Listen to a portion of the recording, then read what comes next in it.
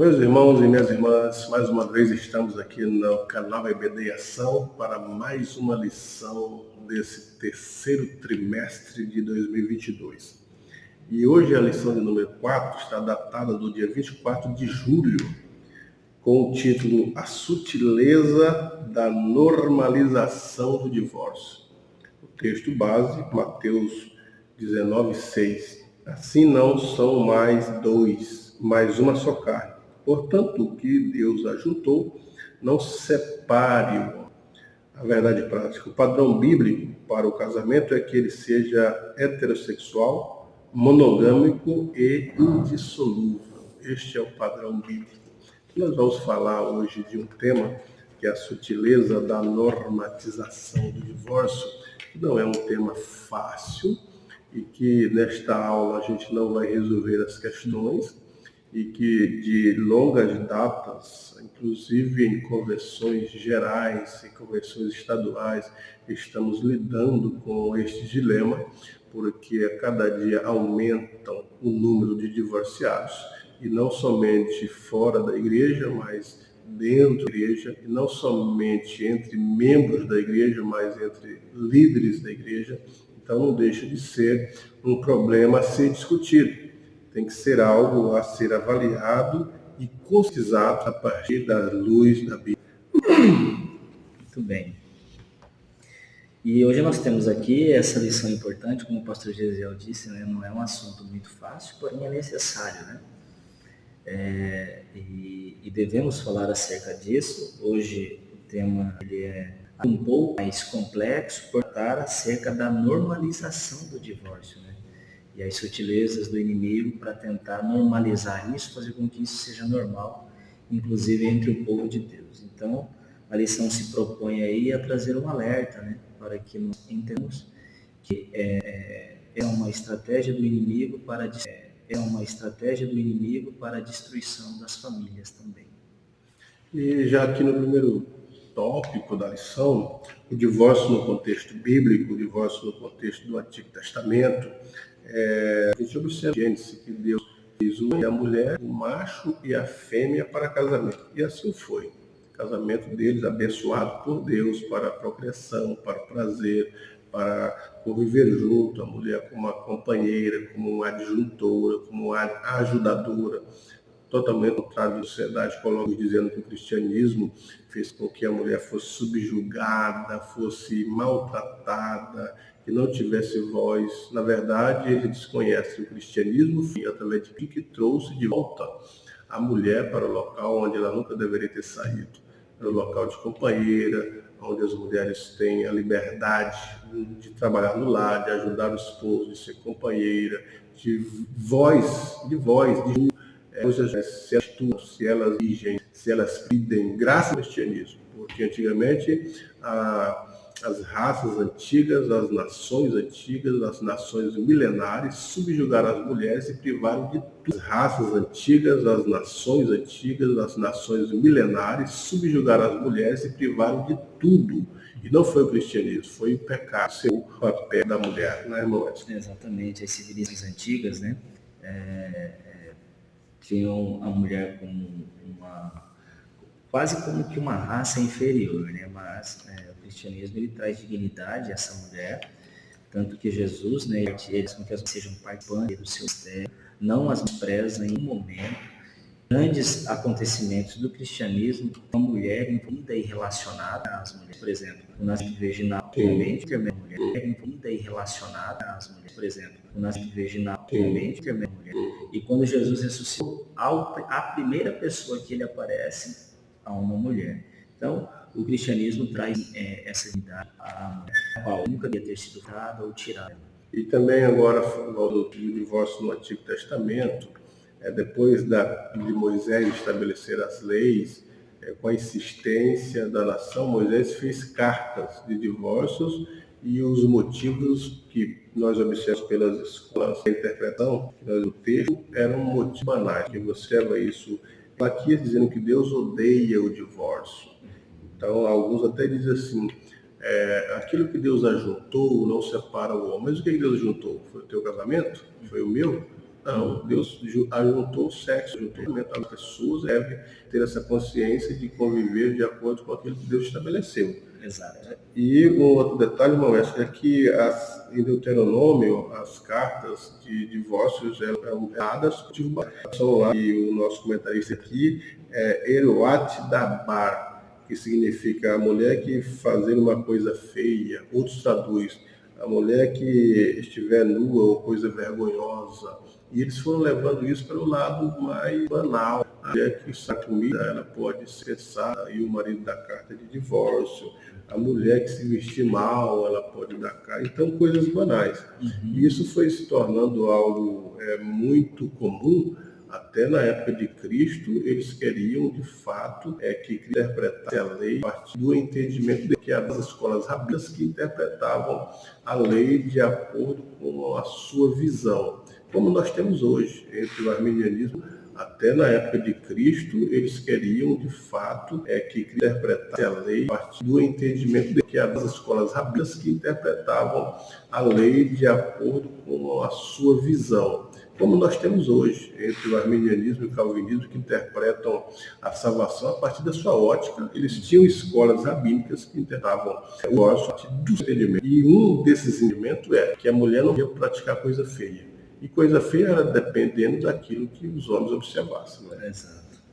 Isso mesmo, no contexto houve uma banalização, né, com relação ao divórcio, por qualquer motivo, um homem poderia dar de desquite à esposa, sua mulher, salgasse a comida, se ela fosse vista vendo coisas que ao pensamento do marido fosse escandaloso, ele poderia também divorciar dessa mulher. E tudo analisado, né?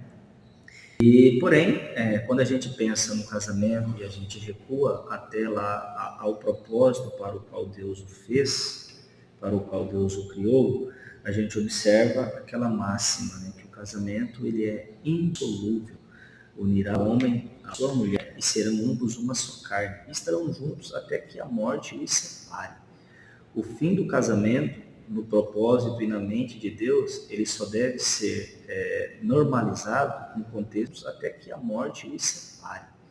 O fim do casamento, no propósito e na mente de Deus, ele só deve ser normalizado no contexto da morte, né, do seu cônjuge. Aí, uma ressalva por conta da infidelidade conjugal, mas o propósito de Deus para o casamento relacionado envolvendo um homem e uma mulher é quando há, então, ali a separação por ocasião da morte, né, de um dos filhos. Deus pensou da mesma forma, de uma indissolúvel.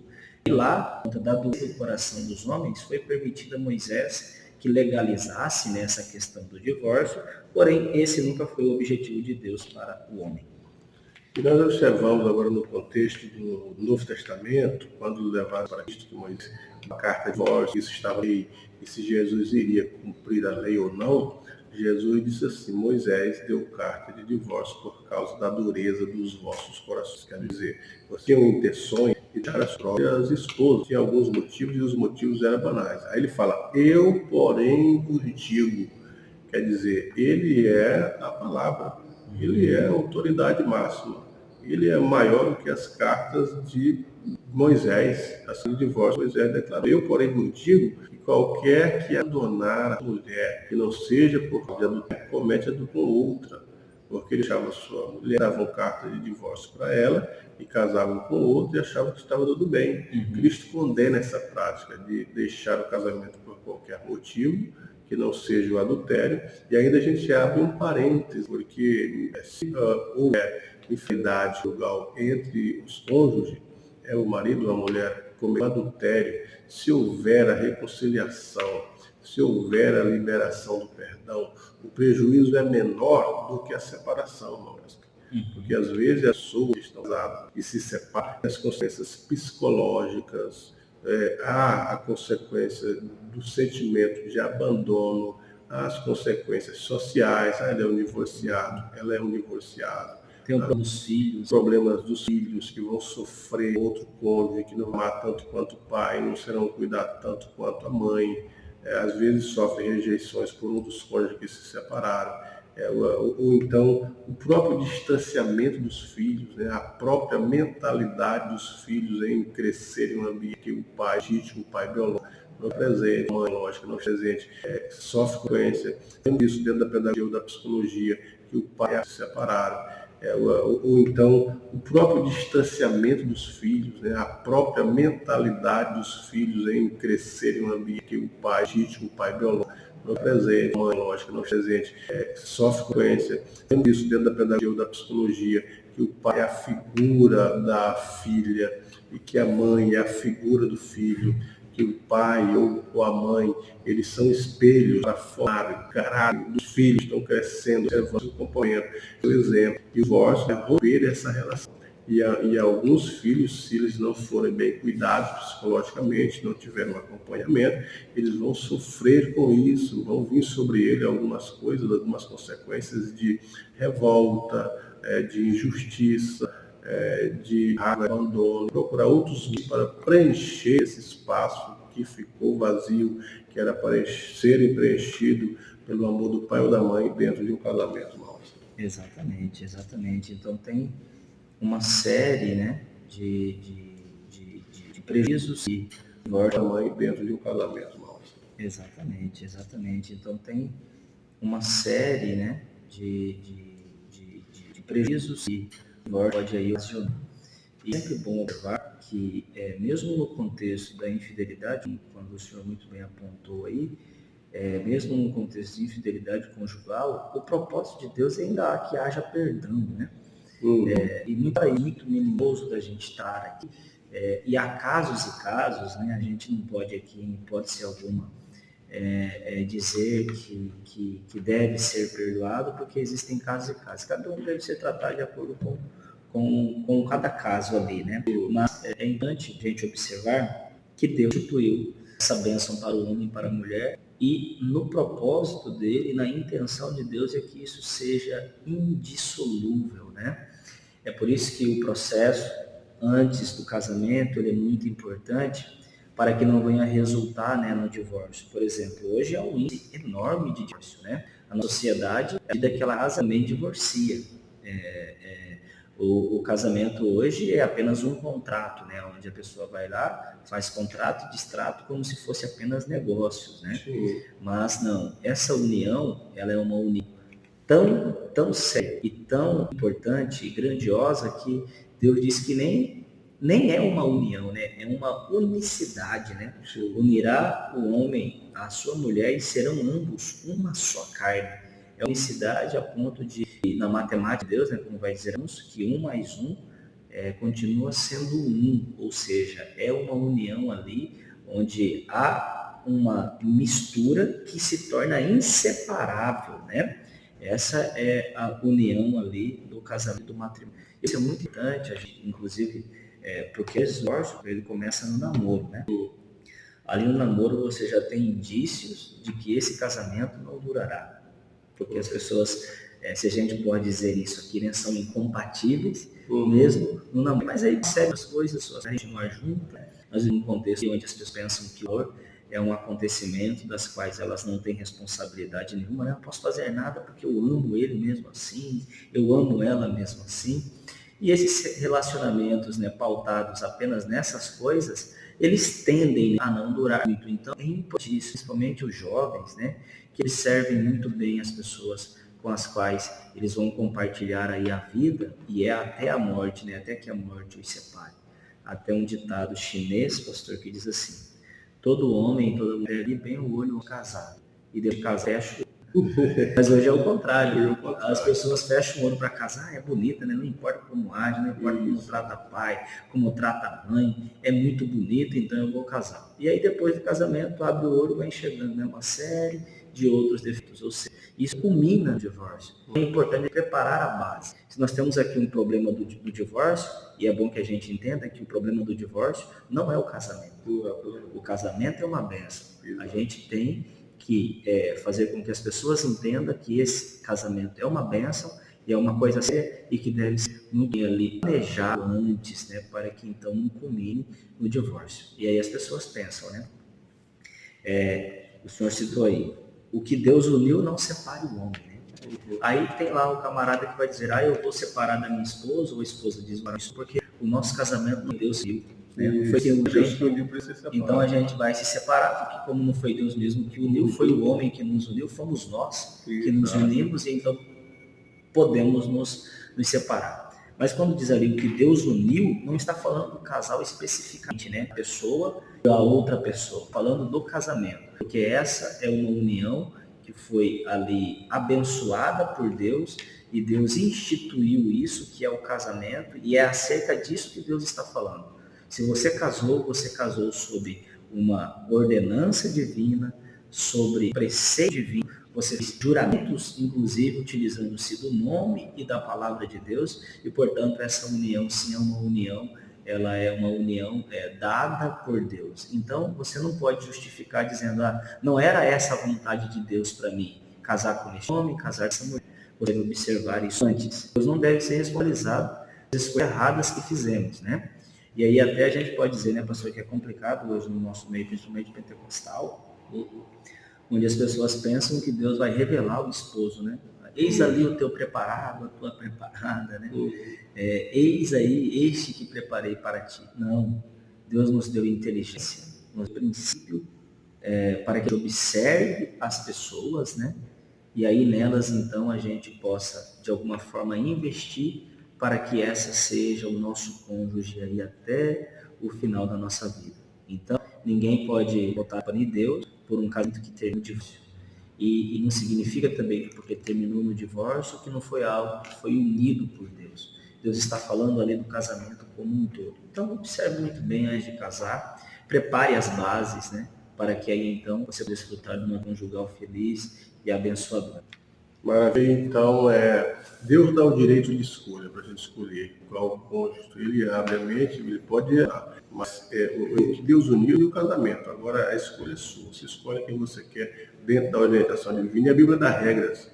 Ela diz assim para Israel que não deveriam casar com outras nações, porque isso era incompatibilidade, inclusive social e religiosa. Pessoas que professam casados que professam diferentes, haverá um conflito, haverá dissidência, não tem como. Então preste atenção nisso, muitas pessoas precisam ver a família, ver a religião, ver se é da nossa nação, como fez Israel. Senão haverá complexidade no casamento. Isso deve ser antecipado antes do casamento. Exatamente. E a declaração de fé da Assembleia de Deus, ela reconhece o casamento como motivo legítimo e que a separação deve ser considerada sério como algo ainda se houve falhas, porque muitos casais estão separando porque um dos cônjuges não estão satisfazendo o seu outro, não estão tendo conveniência, não estão se comunicando a diálogo, um caso só, há uma série de brigas e ainda ficam tendo a benevolência do outro que levam ao adultério. Tudo isso deve ser pesado, né? Não é só porque adulterou que agora estou livre para casar com o outro. Não, cada caso é um caso. Cada caso é um caso. A gente vê também nas cartas de Paulo, Paulo dizendo assim, que às vezes um casal aceitava Cristo, o outro não aceitava. Um dos casais aceitava, né? E o outro não aceitava. Então havia conflito e queria o divórcio. Então eles davam carta de divórcio para quem queria sair.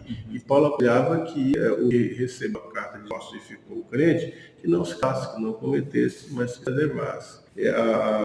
A interação de alguns, vamos dizer assim, que não sujeito à servidão, é que um dos casais aceitou a Jesus, o outro não quer, então quer o divórcio, e que o que recebeu a separação por parte do cristão, parte do discente, que deu carta de divórcio, e que o crente não fique sujeito à servidão. E esse entendimento do crente ficar sujeito à servidão é que não fique sem casar, não fique perecendo. Que um casal aceitava Cristo, o outro não aceitava. Um dos casais aceitava, né? E o outro não aceitava. Então havia conflito e queria o divórcio. Então eles davam carta de divórcio para quem queria sair. E Paulo apoiava que o que recebeu a carta de divórcio e ficou crente, que não se casasse, que não cometesse, mas se preservasse. A interação de alguns, vamos dizer assim, que não sujeito à servidão, é que um dos casais aceitou a Jesus, o outro não quer, então quer o divórcio, e que o que recebeu a separação por parte do cristão, parte do discente, que deu carta de divórcio, e que o crente não fique sujeito à servidão. E esse entendimento do crente ficar sujeito à servidão é que não fique sem casar, e que o crente não fique sujeito à servidão. E esse entendimento do crente ficar sujeito à servidão é que não fique sem casar, não fique perecendo, que pode contrair um casamento novamente porque a esposa ou o esposo que não é crente o abandonou. E esse entendimento é de declaração de fé da Assembleia de Deus. Se houve, então, algum dos casais que aceitou a Cristo e o outro não quer, e por isso que é o divórcio, ele vai lutar, vai pelejar para que não haja essa separação. Mas mesmo assim, se houver, então o caso de quem é cristão e recebeu a separação do outro, pode ser que ele tenha essa questão do casamento. Todavia, cada caso é um caso. O segundo ponto, o segundo tópico nosso, a sutileza da normatização do divórcio. O divórcio é um aspecto legal, a legislação brasileira, né, já foi muito mais do que agora em relação ao divórcio. A partir da legislação brasileira, né, já foi muito mais do que agora em relação ao divórcio. A partir da Constituição de 88, passou-se a permitir, né, divorciar-se quantas vezes fosse possível. Antes não era assim. Antes a própria Constituição, ela desprezava essa questão. Houve uma luta ou um debate para que o divórcio fosse considerado legal e normal. Legal é, agora moralmente é ou não é, segundo a Bíblia, né? Então, aí entra naquela questão, né? Que há casos e casos. Sim. Né? A Bíblia faz algumas ressalvas. O propósito de Deus é que eles sejam indissolúveis. Sim. Né? Mas existem muitas questões que elas devem ser observadas, né? De perto. Nós não condenamos de fato e hipótese alguma os divorciados.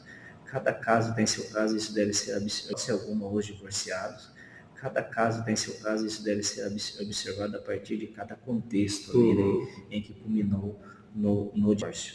Mas em linhas gerais, como a Constituição, por exemplo, aceita o divórcio apenas por uma lição de compatibilidade, né, de gêneros ali, enfim, e trazendo para uma linguagem mais jovial, né, que não rolou a química, né, entre o casal, mas nesse aspecto aí, muito embora haja uma normalização por parte da Constituição, da palavra de Deus, não.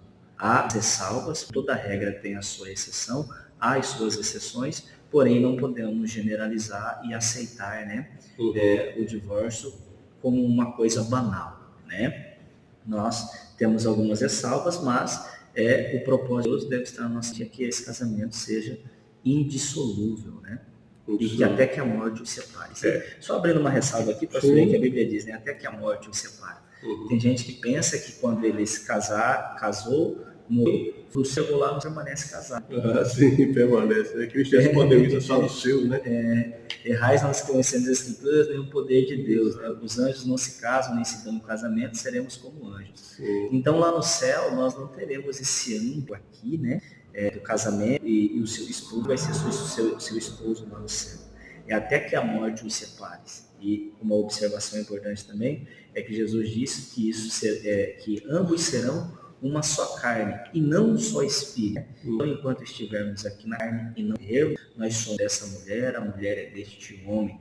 Mas vindo a morte separou, e essa separação ela é de uma forma plena aqui na terra, lá no céu, evidentemente. Como tudo parece ser, né, como tudo provavelmente nós teremos sim conhecimento, né, das pessoas que ali estarão, mas não nesse âmbito, né, de meu esposo, minha mulher, enfim. Então, o casamento até que a morte separe é a união de carne, de corpos e não de espírito. De fato, e como nós dissemos aqui no segundo tópico, segundo ponto, o divórcio no seu aspecto moral, hoje a sociedade não está ligando mais para a moral. Casais que 6 meses se separam, casam 1, 3, 4 vezes, e a mídia coloca isso como algo normal. Quanto maior o número de casamento, maior é a evolução do ser humano segundo o aspecto da mídia. Pessoas que têm trocado casamento simplesmente passam uma temporada, porque evoluiu, mas a esfera do Havaí agora terminar o casamento. Então tem se tornado isso algo que é imoral. Não é normal, pode ser legal o divórcio, porque a Constituição legalizou isso, mas é imoral. E para o cristão, os padrões, as leis morais ainda são válidas e aí estão arraigadas no coração do homem. Por isso que os cristãos devem se divorciar por qualquer motivo, por qualquer defeito da esposa, ou por qualquer questão de incompatibilidade de gênero que inventaram agora essa moda. Então o cristão ele deve preservar, cuidar, procurar conviver com os defeitos do outro e vice-versa. É uma engrenagem que precisa estar alinhada. Então, e se não houver nenhum motivo, e mesmo que houver um motivo que seja o adultério, mas houver uma recriação para que o prejuízo seja menor do que o próprio divórcio, então com certeza Deus perdoará e ajudará um casamento para a sua melhoria. O terceiro tópico, o divórcio é a prática pastoral. E mesmo que houver um motivo que seja o adultério, mas houver uma recriação para que o prejuízo seja menor do que o próprio divórcio, então com certeza Deus perdoará e ajudará um casamento para a sua melhoria. O terceiro tópico, o divórcio é a prática pastoral. Aí nós lemos assim, a pessoa divorciada. Divorciada é uma pessoa como tal deve ser vista. Quem passou por um processo de divórcio sabe o quão traumático é isso.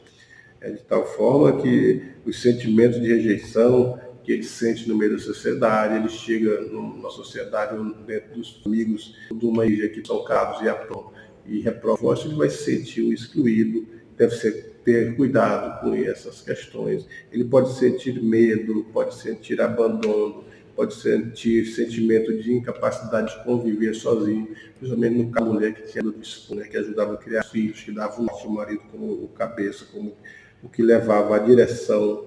Isso fica muito complexo quando há filhos relacionados, os filhos clamam pelo pai. Eu pergunto por que houve o divórcio, como uma mãe vai responder se ela já está com a cabeça totalmente cheia de perguntas. Alienação parental, uma tentação. Nunca foi de ser buscado. Divorciados, eles devem buscar aconselhamento pastoral. Alienação parental, uma tentação. Nunca foi de ser buscado. Divorciados, eles devem buscar aconselhamento pastoral, devem buscar acompanhamento psicológico. Isso não deve ser negado para eles. Há muitos pastores, há muitos líderes que aconselham para as pessoas não divorciarem. E depois que se divorciam, eles viram as coisas como se a pessoa estivesse condenada, não precisasse de ajuda.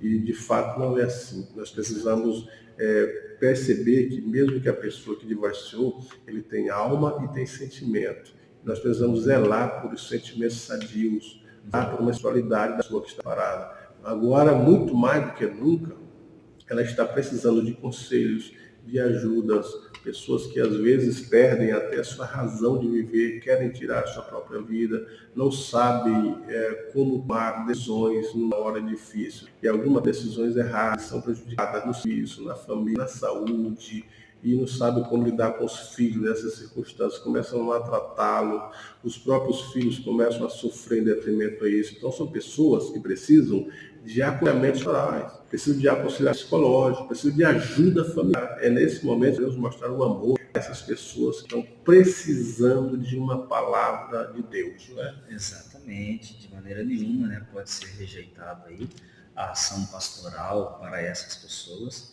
que, muito embora tenham se divorciado, e não importa quais sejam os motivos, né, o aconselhamento pastoral ele não deve ser negado a essas pessoas. Não importa se foi por ocasião de adultério, se foi porque foi de consentimento mútuo entre os cônjuges ali, as pessoas devem ser pastoreadas sim, aconselhadas a partir ali, né, do pastor, da congregação, enfim. Esse tipo de tratamento não deve ser negado a essas pessoas. E até porque, como o pastor Gesiel disse, essas pessoas têm alma, né? E são dignas de ser pastoreadas. E nós devemos, podemos apenas pená-las apenas por conta do divórcio, né? Nós devemos estar aconselhando ainda essas pessoas para que aí, de alguma forma, Deus possa trabalhar tanto na vida dela como na vida da família. E nós devemos podemos apenas pená-las apenas por conta do divórcio, né? Nós devemos estar aconselhando ainda essas pessoas para que aí, de alguma forma, Deus possa trabalhar tanto na vida dela como na vida da família, do cônjuge que deixou ou que ele deixou, enfim. Nós precisamos sim continuar aconselhando, pastoreando essas vidas, essas almas, continuar ensinando elas e, em hipótese alguma, virar as costas a essas pessoas. Exatamente. E o divórcio o divorciado como cristão e o divorciado como cristão, né? Talvez seja uma das mais difíceis pastoral. O divorciado, agora eu posso participar da ceia, o divorciado, agora eu posso ser um líder de um conjunto, o divorciado, agora eu posso ser um obreiro ou não. Então é uma das demandas mais difíceis para o pastorado, porque as pessoas que estão na igreja, eles querem continuar contribuindo, fazendo a obra de Deus. Por uma série de feitos, ele é negado isto. Então é uma demanda ainda que nós devemos trabalhar, mas o principal é cuidar da saúde espiritual dele e cuidar da saúde mental. Essas outras questões de preceitos que não cabem ao pastoreio específico, mas ao pastoreio de forma plural, né, de uma missão, de uma reunião maior, de uma liderança maior, que deve ser analisadas. Agora, uma coisa é certa, nós devemos ter cuidado para que quando nós olhamos para a bandação do divórcio, o incentivo ao divórcio, as pessoas por motivo são incentivadas ao divórcio. Isso é na mente da sociedade odierna. A mídia vem colocando isso diuturnamente. As instituições escolares e as demais instituições seguidas de programas, de pensamentos, por que discutir divorcia? Porque ele não proveu, divorcie dele. Então não deve ser esse o nosso pensamento, a banalização do divórcio, mas a preservação do casamento. Em vez de pensarmos mais sobre se pode ou não divorciar, não conseguir para isso.